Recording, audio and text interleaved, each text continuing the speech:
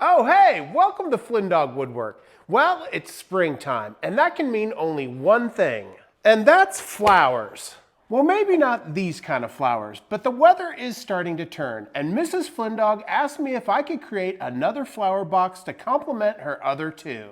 And these are some flower boxes that I created about 3 years ago, and I'm really pleased with how they're standing up. So let's go check them out and see if we can build another one. So these planter boxes are located up by my house, which is just up the hill from my shop. So we'll jump on the gator and take a little trip.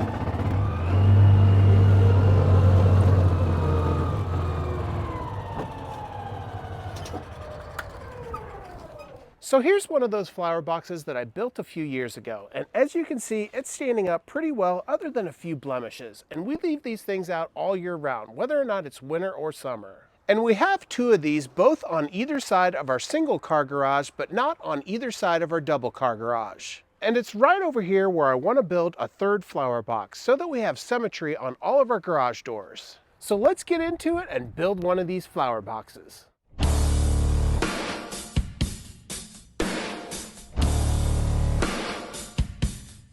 Now originally I didn't build this third flower box because of this electrical panel, but I think it's worth building this third one to have some symmetry between the garage doors. And we really only need one measurement, the distance between the garage door and this door right here.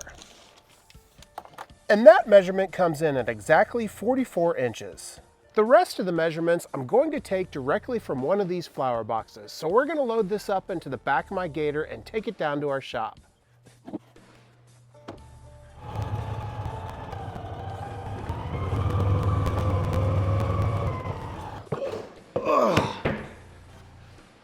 That's heavy. It would have been a lot easier if I took the dirt out. So I don't think I mentioned earlier that this entire planter is made out of cedar, which is kind of nice because we're actually going to use some cedar planks for fencing to make this box. And therefore, this box really isn't that expensive to make. Let's take a look at some of the materials I purchased for this build.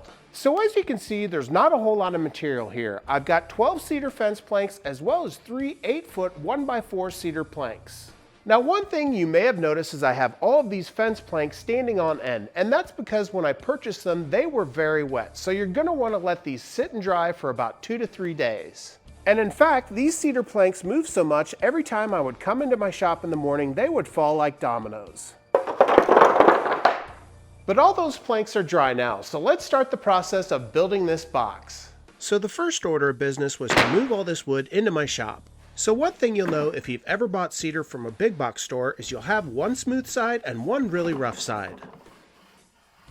And here's a close-up of how rough that cedar is. Now I know in the beginning I said I only used 3 planks, but I actually ended up purchasing 2 more. To determine the thickness, I'm going to take a measurement off the old planter box, and as you can see, it's 3/4 of an inch thick. So over at the planer, I'm simply going to mill these down to size. And this is where that Wixie digital readout really comes in handy. I can really dial in that measurement to get it exactly 3/4 of an inch thick.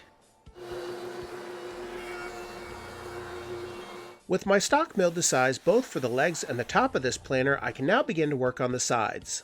So I'll grab those pickets and we'll head over to the planer. And what I'm going to do at the planer is only smooth out one side. We're going to leave the other side rough. And in planing these down, I wasn't looking for an exact thickness, but instead was just wanting to make sure each picket had one smooth side. With all of these boards having a smooth side, it was now time to determine the width of these planks. So I went back to the planer box and got a measurement of 5 1/8.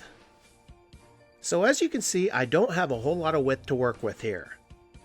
Now if this was a fine piece of furniture, I would probably use a jointer to clean up those edges, but I know a lot of you don't have jointers, and by using the table saw, I can really dial in the width of those boards. And I'm really worried about losing too much material with these planks, so what I'm going to do is I'm going to take each one of these planks and run it through the table saw at 5 3/8. Then I'll flip the board around and run it through again at 5 1/8. So I'll set the table saw to 5 3/8 and we'll make our first cut, making sure that we have the smooth side of each one of these panels on the bottom. And because of the nature of this wood, you're going to get different size offcuts. On some of them you may just get a wisp of sawdust, while others you may get as much as 1/4 of an inch.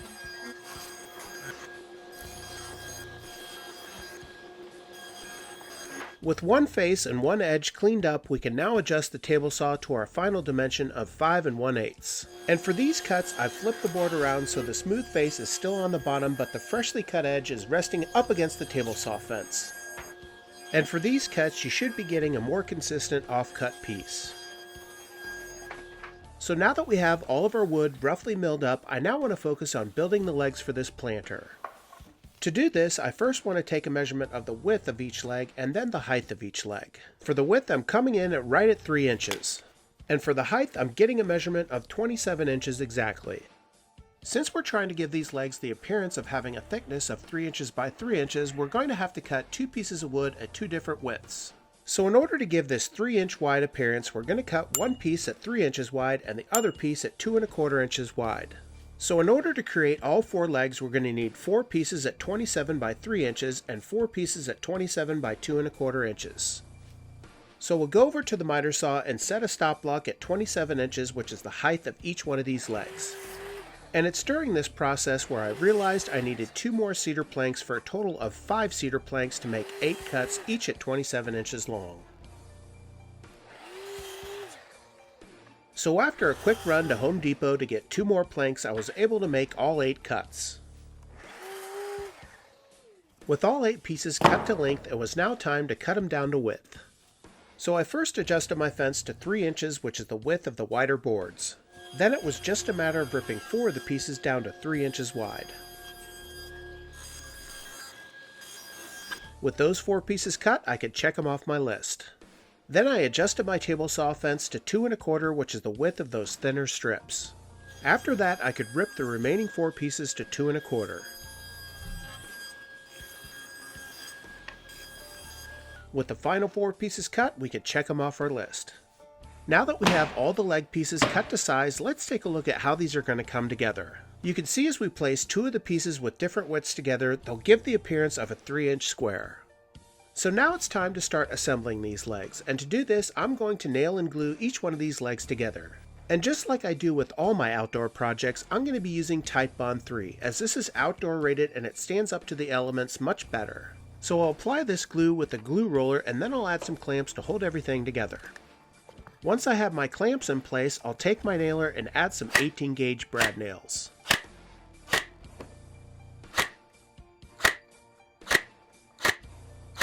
And here you can see me adding just a couple of clamps after I nail it, just to hold everything together.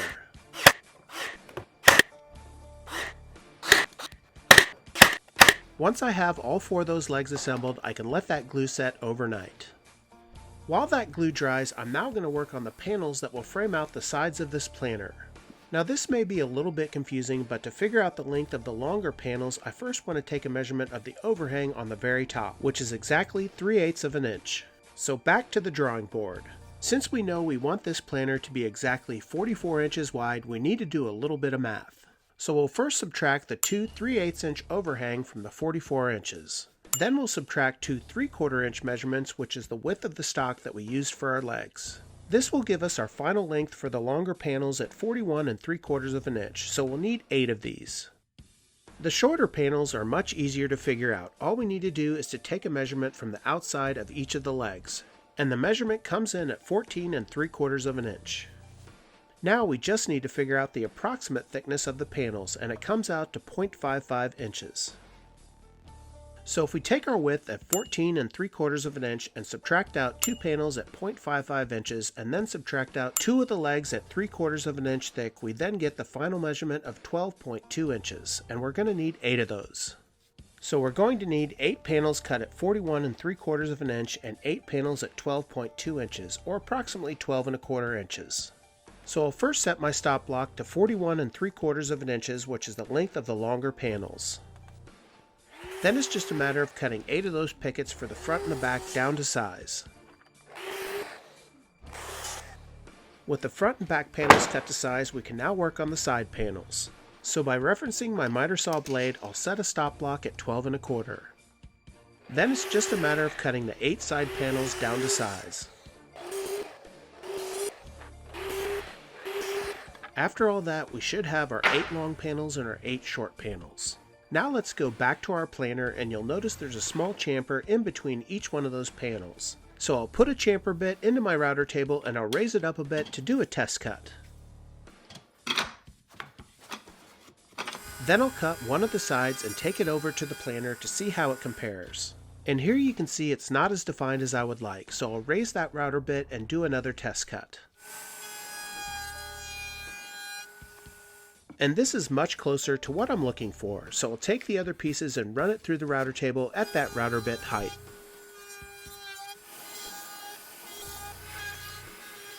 Once those short pieces are chamfered, you can see how well they'll come together. Oh hey, sorry to interrupt this build, but I ask you to do me a huge favor, hit that subscribe button, leave a like and leave a comment. It really does help out this small woodworking channel. Also, if you haven't already, check out my new website, www.flynndogwoodwork.com. That's www.flynndogg woodwork.com. There you can find shop updates, tool recommendations, as well as some fun woodworking accessories like all the shirts that I wear in my videos. So if any of these interest you, check out www.flynndogwoodwork.com. Now let's get back to the build. Since we have everything set, I'll now take those longer pieces and run them through the router table as well. And I think I forgot to mention, for each one of these chamfers, you're going to want to make sure that you have the smooth side of each one of these planks on the bottom.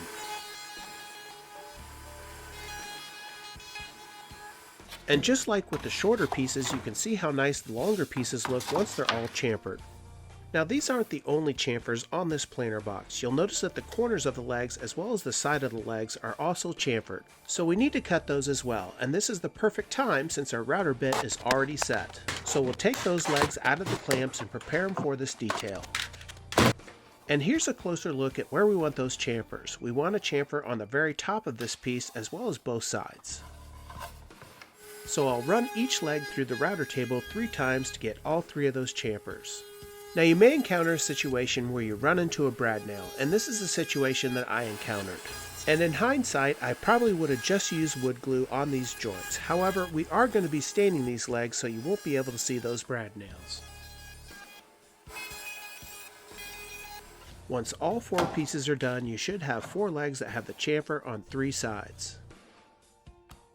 Once we have our 4 legs complete, we now can start to think about attaching them to the panels. And to do this, we're just going to need a square, a countersink bit, as well as some screws. So I'll first take my legs and spread them out onto my assembly table, and then I can take one of the longer panels and place it right in between each of those legs.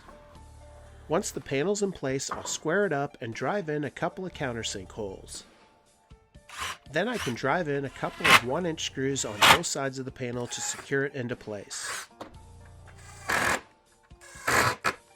Next, I'll add the other 3 panels to make sure everything fits appropriately.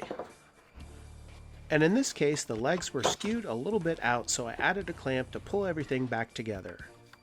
Once everything was square and aligned, I drilled out 2 countersink holes on either side of each one of the panels. Then I could go back and add a screw to each hole. With everything secure, we can take the clamp off and get a first look of what each one of the sides will look like. But unfortunately, this is only a dry assembly, as we need to add stain to this before we add any finish. So I'll prep my assembly table and lay out all my pieces for stain. Now for the side panels, I'm going to use Varathane wood stain in the color of Gunstock. And this will look really dark when you apply it, but once you rub it off, it will look much more natural. And in my case, I only applied stain to the front side of these panels, as the back sides will never be seen. Just make sure you get all the front-facing crevices, including all those chamfers. For the legs, I used a polyurethane stain combination in the color of Kona Gloss. And for the legs, I applied about 3 coats of these, as I really want these legs to be dark. While that stain is drying, I now want to move on to the top of this planer. So I'll first measure the width, and it comes in at 2 inches exactly. Then I'll measure the length of the shorter side, and this comes in at 15 3/4 of an inch. We don't need to measure the length of the longer sides, as we know we want this planer to be exactly 44 inches wide. So I'll first set my stop block at 15 3/4 to cut the shorter sides. With both of the shorter sides cut, I now can adjust my stop block to 44 inches to cut the front and the back. Then I'll move over to the table saw and rip each of those pieces to 2 1/4 just to clean up one side. With one side cleaned up, I'll then adjust the fence to 2 inches to get my final width. When I'm doing this, I'm just making sure I'm placing my freshly cut side against the table saw fence. Now that I have the rough dimensions for the top cut out, I now want to go back to making the frame. And the reason for this is I don't want to cut any of those miters until I have the frame assembled. Once the frame's assembled, I can make any micro adjustments to the top of this planter if I need to. So I'll repeat the process that I did before by squaring up the legs to the side panels, and then I can countersink some holes and drive in some screws. Once I have one panel in place, I'll add the other 3 and cinch it down with a pipe clamp. Then I can countersink 2 holes on the end of each panel and drive in some screws.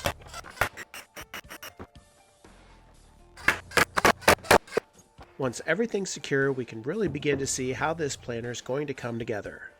Once we have one of the front and back panels put together, we can then begin to work on the second. And this goes together in exactly the same way, squaring up the legs to the side panels, putting in some countersink holes, and then driving in some screws.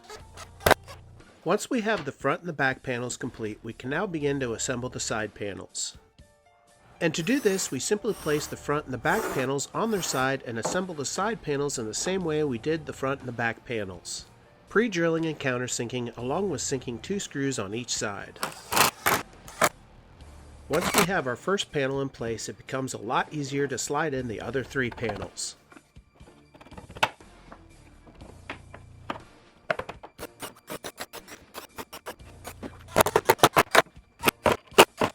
With one side panel installed, we'll flip the planter over end and repeat the process on the other side.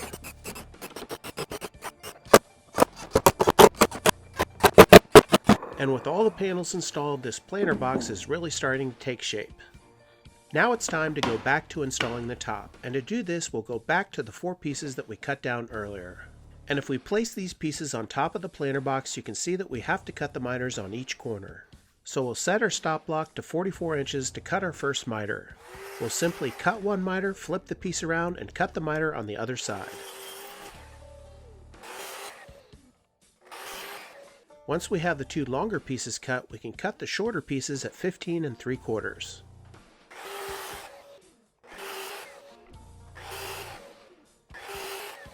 With all 4 pieces cut to size, I'll place them on top of the box to see how well they fit.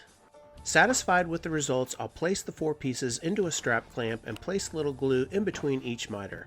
I'll also place a clamp on the corner just to make sure that everything stays flush. Once we have everything clamped up, we'll let the glue set for a couple of hours. While that glue sets up, we now need to start thinking about the trough that the potting soil will sit in. And from my limited research, I've read that these troughs need to be approximately 8 inches deep.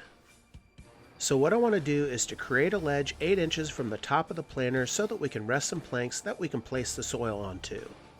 So I'll take a measurement on the interior of the planter to see how long these strips need to be, and each one of these strips needs to be about 40 1/4 inches. So I'll go over to the miter saw and cut off a piece of my scrap to 40 1/4 inches. And this piece that I just cut down is about 2.5 inches wide, so I need to cut this in half. So I'll set my table saw fence to a little under 1 1/4 inches. Then I can rip the 2 pieces down to the exact same width. With both of my ledges cut to size, I'll now take a pocket rule and mark down 8 inches from the top of the planter. Then I can line the top of the ledge to the bottom of the line. And I quickly learned that I probably should have pre-drilled these holes, as I split the wood on the very end with these screws. So for the second ledge, I went ahead and pre-drilled those holes. And the second ledge went in much easier without any splitting. Once the ledges are in place, I'm now measuring how long the planks need to be to rest on top of that ledge, and they need to be 1 foot exactly. And I'm going to use the pickets to make these planks, and these are 5 inches wide, so I'm going to need at least 8 of these. And to attach these planks, I'm simply going to use more of the Type Bond 3 wood glue as well as a couple of 18 gauge brad nails. Now you'll see me using a scrap piece of 1/4 inch plywood to use as a spacer in between each one of these planks. This will allow excess water to drain out from the soil if it needs to. And I'll just repeat this process using that spacer going down the entire length of the planter.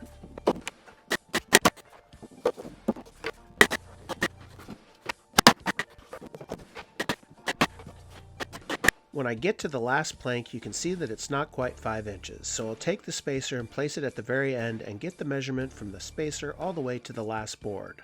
And that measurement is 3 1/4 of an inch, but I need to subtract another 1/4 of an inch for spacing on both sides.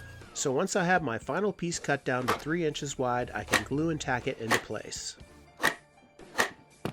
Once you have all the planks in place, they should be evenly distributed with a 1/4 inch in between each plank. The last thing that I need to add is some planter box fabric, and this can be found at any big box store, and it's made by Virgo. And to add this, I simply wrap the interior of the box with the fabric, and then I staple it with the staple gun. And from my experience with this fabric, the more staples the better, as you really don't want this fabric moving around.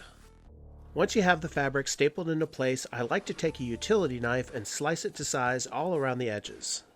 With the fabric in place, we can now return to the top of this planter. So first we'll take that planter top out of clamps, and then we can sand everything down. While I was sanding, I realized a couple of my miters weren't exactly perfect, but this is a really easy fix just by adding a little bit of wood glue and sanding it without a dust collection.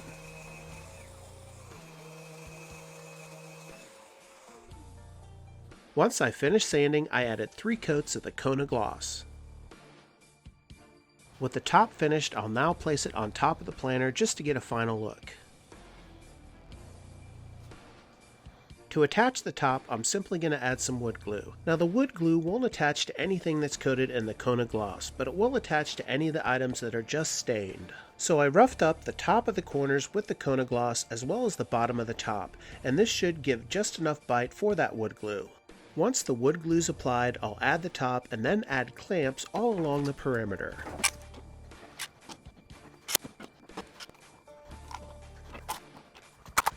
With all the clamps applied, you can see how there's no daylight in between the top and the sides of the planter. Once that glue's cured up, it's now time to remove the clamps. One of the last things that I want to do is to add some feet. This will raise the planter above any moisture that might be on the ground. So I'll drill out the holes, add a little bit of CA glue, and then screw in each one of the feet.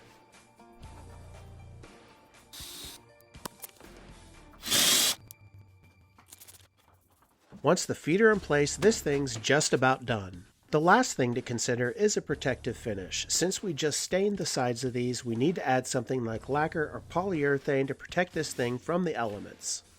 Now that this planter's done, we can load up both of the planters and take them back up to the garage. And of course, when I went to go put the planters into place, it began to look more like winter than spring. Well, I'm really pleased with how this turned out. I think it finally added some symmetry between the planters outside my garage. And I really think it looks great with all 3 planters in place. And now I just have to wait for this weather to warm up to finally put these planters to use. Thanks again for joining me today. If you haven't already, make sure you hit that subscribe button, leave a like, and leave a comment. It really does help out this small woodworking channel. Until next time, take care as always.